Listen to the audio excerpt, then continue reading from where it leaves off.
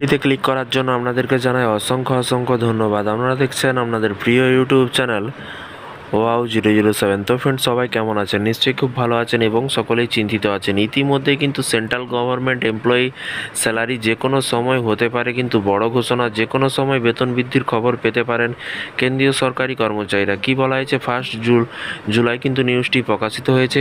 এখানে বলা হয়েছে সাম্প্রতিক সারা ভারত জুড়ে কিন্তু আয়োজিত হয়েছে লোকসভা ভোট। আবারও কিন্তু ভারতের শাসক ক্ষমতায় এসেছে কিন্তু এনডিএ এবং এনডিএ জোটের হাতে, এবং তৃতীয়বারের জন্য প্রধানমন্ত্রীর পদে কিন্তু শপথ গ্রহণ করেছেন নরেন্দ্র মোদী। শপথ গ্রহণ করার সাথে সাথেই কিন্তু তিনি পিএম কিষাণ যোজনার আওতাধীন একাধিক কৃষকদের ব্যাংক অ্যাকাউন্টে বকেয়া টাকা সম্পূর্ণ পরিশোধ করে দিয়েছেন। এরই পাশাপাশি কি বলা হয়েছে? এরপরে পালা কিন্তু সরকারি কর্মচারীদের। খুব শীঘ্রই হয়তো কেন্দ্রীয় সরকারি কর্মচারীদের বেতন কিন্তু বাড়ানো হতে পারে এবং কর্মীদের জন্য অনেক বড় উপহার তৈরি করতে ব্যস্ত কেন্দ্রীয় সরকার। এবং রাজ্য সরকারের তুলনায় কেন্দ্রীয় সরকারি কর্মচারীদের ডিএ বৃদ্ধির হার নিয়ে কিন্তু এমনিতেই বেশ কিছুদিন ধরে আলোচনা হচ্ছিল। এরপরে কিন্তু এইবার সেই আলোচনা আরও কিন্তু কিছুটা বেড়ে যেতে পারে, কারণ খুব শীঘ্রই কিন্তু বাড়তে পারে কেন্দ্রীয় সরকারি কর্মচারীদের ডিএর পরিমাণ। তথ্য সূত্রে জানা গিয়েছে যে কেন্দ্রীয় সরকারি কর্মচারীদের ডিএর পরিমাণ 4% বাড়ানো হতে চলেছে। এছাড়াও কিন্তু ফিটমেন্ট ফ্যাক্টরের বাড়িয়ে কিন্তু দেওয়া হবে কর্মচারীদের জন্য। পরপর দুটি সুখবর পাওয়া যেতে পারে, আর কিছুদিনের মধ্যেই কিন্তু এই খবর দুটি যদি সত্যি হয়ে থাকে তাহলে কিন্তু কেন্দ্রীয় সরকারি কর্মচারীদের জন্য কিন্তু অত্যন্ত সুখের আভাস নিতে আসতে পারে কিন্তু এই ঘোষণা দুটি। তারপরে এখানে দেখুন বলা হয়েছে রাজ্য সরকারের তুলনায় কেন্দ্রীয় সরকারি কর্মচারীদের ডিএর পরিমাণ অনেকটাই বেশি। এতদিন পর্যন্ত কিন্তু কেন্দ্রীয় সরকারি কর্মচারীরা 50% ডিএ পাচ্ছেন। খুব শীঘ্রই কিন্তু তা আরও কিন্তু 4% বেড়ে যেতে পারে বলে কিন্তু মনে করা হচ্ছে বিশেষজ্ঞরা।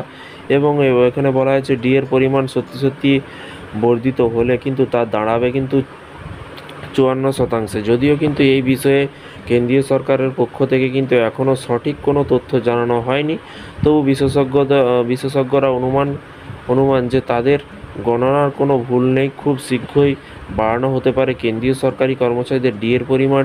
ডিএ বাড়ানোর ক্ষেত্রে কিন্তু একটি বিশেষ নিয়ম কিন্তু প্রয়োগ করা হয়। কী নিয়ম প্রয়োগ করা হয়? 50% ডিএ পাওয়ার মানে কিন্তু তাকে শূন্য ধরে নেওয়া হয়। এরপর কিন্তু আবার নতুন করে 1 তারিখ থেকে কিন্তু গুণিত শুরু হয়। অর্থাৎ ডিএর পরিমাণ 50% হলে বর্ধিত 4% ডিএকে কিন্তু 4% ডিআর হিসেবে কিন্তু ধরা হবে। গোটা দেশের প্রায় 1 কোটিরও মানুষ এই বিষয়ে সুবিধাটি পেতে চলেছেন।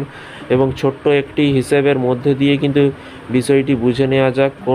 কোনো ব্যক্তির মাসিক আয় যদি 40,000 টাকা হয়, তাহলে তার সাথে অতিরিক্ত 4% ডিএ বা ডিআর মিলে কিন্তু মোট মাইনের পরিমাণ দাঁড়াবে কিন্তু 41,600 টাকা, অর্থাৎ বাৎসরিক প্রায় 19,200 টাকা অতিরিক্ত উপার্জন এর পাশাপাশি করতে পারবেন কিন্তু সরকারি কর্মচারীরা।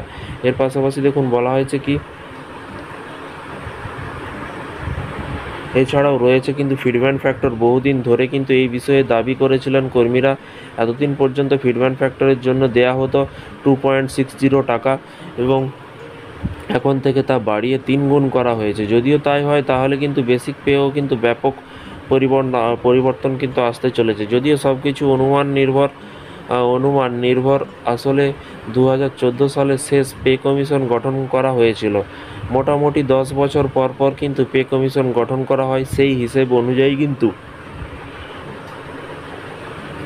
2024 সালে 8ম পে কমিশন গঠিত হওয়ার কথা। তাই কেন্দ্রীয় সরকারি কর্মচারীদের বেতন বৃদ্ধির বিষয়ে কিন্তু আশাবাদী বিশেষজ্ঞরা। এর পাশাপাশি দেখুন বলা হয়েছে,